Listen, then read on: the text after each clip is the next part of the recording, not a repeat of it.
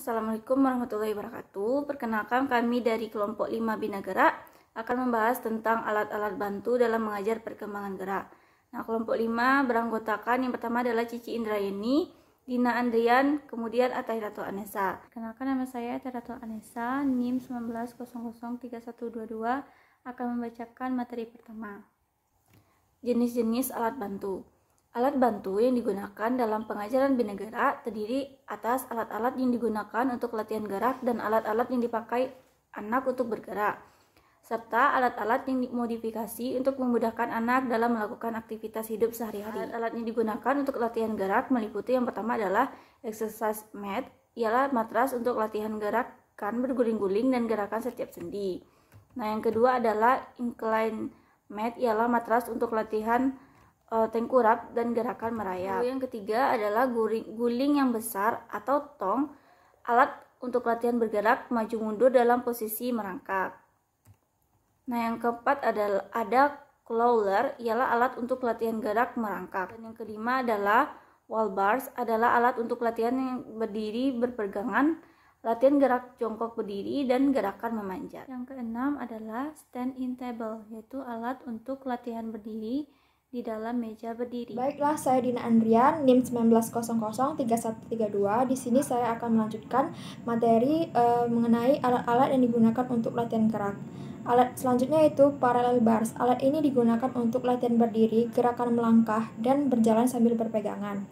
Selanjutnya, foot placement leader. Alat ini digunakan untuk latihan melangkah dengan mengangkat kaki. Selanjutnya, alat walker. Alat ini digunakan untuk latihan gerakan berjalan. Selanjutnya, crutch atau tongkat. Alat ini digunakan untuk latihan berjalan. Strange. Alat ini digunakan untuk gerakan menaiki dan menuruni tangga. Selanjutnya, alat papan titian. Alat ini digunakan untuk latihan keseimbangan dalam berjalan. Selanjutnya itu dynamic body exercise. Itu alat yang digunakan untuk latihan gerakan meloncat-loncat di tempat. Selanjutnya, alat treadmill. Alat ini digunakan untuk latihan berlari di tempat. Itu saya akan menjelaskan mengenai alat-alat yang dipakai anak untuk bergerak. Pertama itu brace. Brace ini berupa sepatu besi untuk menopang atau mengoreksi kaki agar anak dapat berjalan dengan serasi. Selanjutnya itu splint atau spalk. Alat ini digunakan untuk mengoreksi atau meluruskan kaki atau tangan yang bengkok agar anak dapat berjalan dan menggerakkan tangannya atau kakinya dengan benar. Baiklah, sekian dari saya. Baiklah, saya akan membacakan materi selanjutnya, yaitu protes tangan atau kaki. Alat palsu untuk membantu gerakan tangan atau kaki yang telah hilang. Selanjutnya, alat-alat tersebut juga ada alat-alat yang dimodifikasi. Alat-alat tulis modifikasi terdiri dari pulpen atau pensil yang gagangnya diperbesar dan alas untuk menulis yang menggunakan penjepit kertas. Alat-alat makan modifikasi terdiri dari sendok, garpu, dan gagangnya diperbesar dan pinggirnya diberi pembatas untuk menahan nasi agar tidak berceceran, serta cangkir yang pegangannya diperpanjang. Selanjutnya yaitu head pointer. Itu berfungsi alat tulis yang dipasang di kepala untuk anak yang tidak mempunyai tangan atau tidak dapat menggerakkan tangannya.